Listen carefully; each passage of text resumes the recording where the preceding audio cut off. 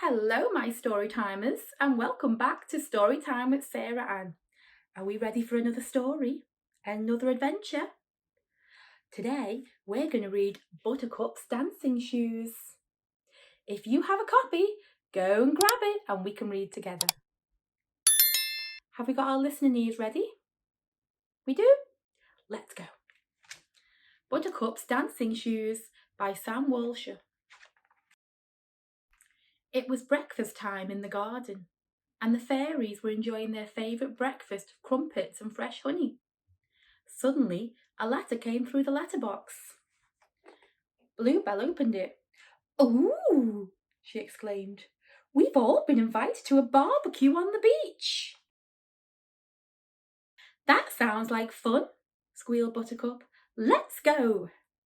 The fairies got their things together and set off. It was a long fly to the beach, so they allowed plenty of time. When they arrived, the sun was almost setting, and the fairies were ready for some delicious barbecue food. They chatted with all their friends. There was music and dancing too, and the fairies were having a wonderful time. Then Buttercup noticed a little crab, sitting all alone. He wasn't dancing or joining in. He looked very sad indeed, so she went over to see what was wrong. "Whatever's wrong, little crab?" she asked gently. "Why don't you come and dance with all the other crabs?" "I'm just so small," sobbed the little crab.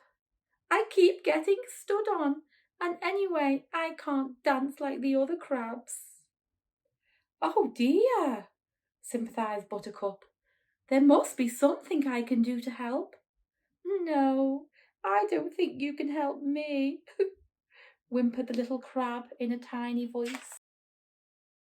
Buttercup pondered a while, and they sat together, watching the moonlight dancing on the water. "See," said the little crab with a tear in his eye, "even the moonlight can dance."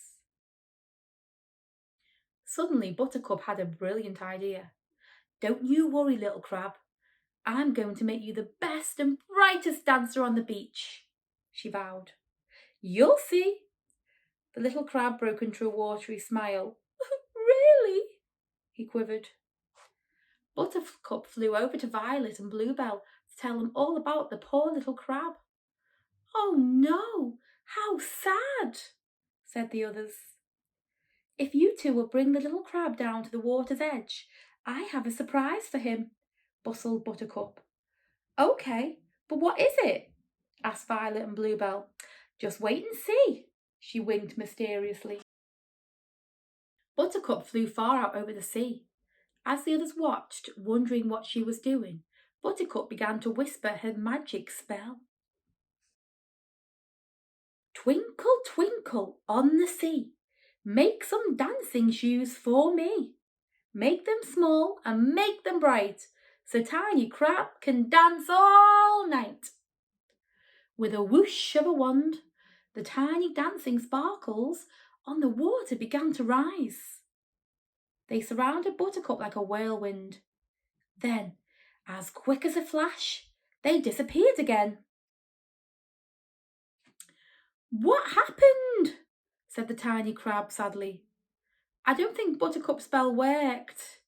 I don't know," admitted Violet, a little worried. Just then Buttercup flew back to the water's edge, where the little crab was waiting. And then they all saw that Buttercup was clutching something. She held the tiniest, brightest, most sparkly set of shoes the little crab had ever seen. "Go on, little crab," whispered Buttercup. "Try them on. See what happens." As the little crab slipped on his glittering new shoes, he started to dance. "Wow!" he chuckled with a big smile on his face. "I can dance! I can!" The tiny crab danced and danced all night long with all his little tiny feet and had an amazing time. Everyone danced, ate and laughed together until sunrise. In the morning, the fairies said goodbye to all their friends.